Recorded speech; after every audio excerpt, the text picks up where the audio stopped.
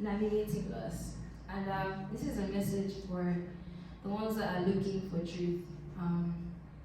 Basically just looking for truth. So first thing on my list today is desire, right? Desire is very important, I think, for Christians just in general. The Bible in Psalm 37 verse 4 says, "Delight yourself also in the Lord, and he shall give you the desires of your heart." So, for me, going through this journey and trying to understand what happened and kind of getting past it started with a desire to know the truth and a desire to understand.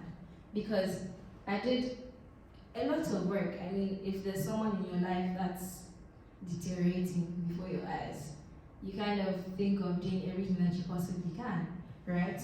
So when it happened, I was just kind of in a state of, okay, it's happened, but like I really want to understand. And so I went searching for the truth, for the answers, right? What's important to know is that if you want truth, your desire to know it must exceed any depth of your emotions, right? You really need to just separate your mind and separate yourself just from your emotions, because it's a difficult thing to do. But like, if you really desire truth and you really want to understand, you just need to separate yourself from emotions. Have an open heart and have an open mind, and know that it will be given to you if you truly just look for it, really. The Bible in John 15 verse 7 says, "If you abide in me and my words abide in you, you will ask what you desire and it shall be done for you." So, I hate to make this so personal, but I mean, like, I think that's the only way I can get my point across. When I kind of got serious with my Christianity, it's obviously like the whole lost thing is something I really wanted to understand. And so I went looking for answers. It's almost like you get stuck in a cycle, asking yourself questions. Why did it happen like this? Why did it work out like this? But just, you shouldn't forget to actually look for the answers. And it may not be what you want to hear, but it's the truth. I mean, even Habakkuk in the Bible, I don't know if I said it right, but he asked God and he got his answers. The next point on my list is don't blame yourself, right? So, it's just human nature to do the best that we can with the skills that we have at the time. Yeah. And the Bible in Hosea 4:6 says, "My people are destroyed for lack of knowledge." You know, you can't blame yourself for not doing what you didn't know. So don't get stuck in that kind of mindset where you're like, oh, I really did this and that, but it still didn't work. Ask yourself, sit back and relax, and just ask yourself, okay, I did this, but why didn't it work? Is there a reason why? When it comes to things like this, I mean, like praying for healing, for example, it's just so much that comes with it, because you can't expect yourself to pray every night by your bedside for 30 seconds and expect stage 4 cancer to be healed. Like, just think right in your mind, like, how long should I pray? How often have I actually prayed? How often did I pray? You know? And it's so easy to like blame yourself and in turn also blame God for that, because it's true, you did pray, but you didn't do enough. And that's something that people just don't understand, you know? Christians like these days, in my opinion, are just very lazy. And I think it's human nature to kind of like, you're looking for the easiest way to do something.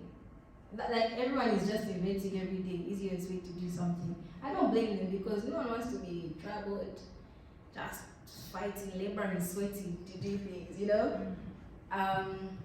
But the Bible in Proverbs 21 says, "The desire of the lazy man kills him, for his hands refuse to labor."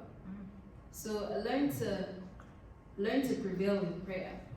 Because honestly, like, look at your situation and kind of gauge how much you actually need to pray. Stage 4 cancer, this is someone who's quote unquote incurable. Not even quote unquote, as in incurable. Stage 4 cancer, this person is waiting to die. They're in bed waiting to die. They've been given a death sentence, you know.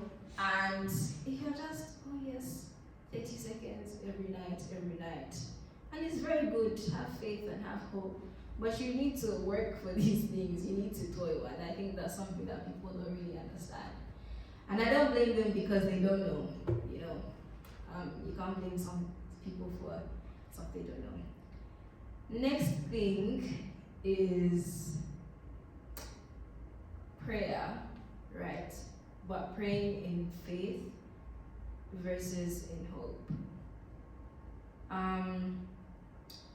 Faith defined is a strong belief or trust, and hope is to cherish a desire with anticipation to want something to happen. Faith, which is one thing I also like here, is the result of current belief systems as shaped by experience, whereas hope is the product of desiring a future state of affairs, right? And they work in conjunction. One can't have hope without faith, right? But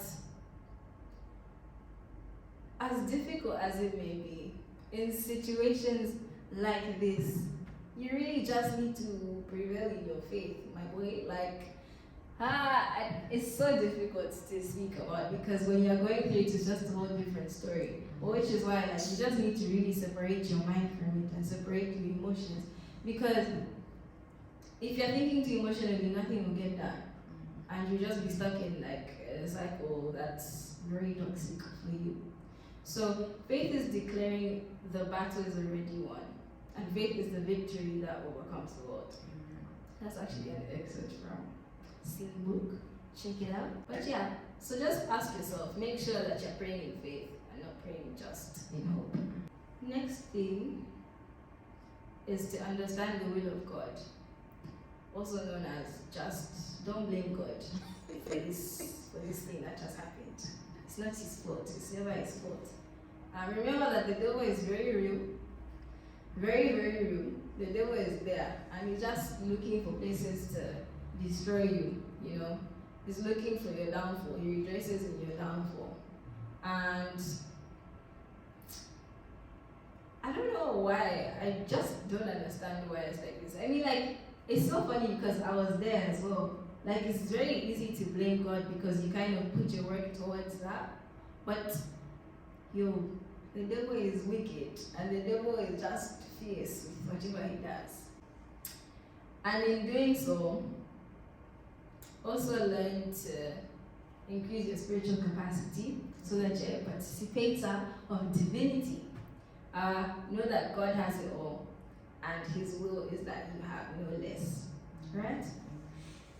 That's another exception from this book. Realize the power.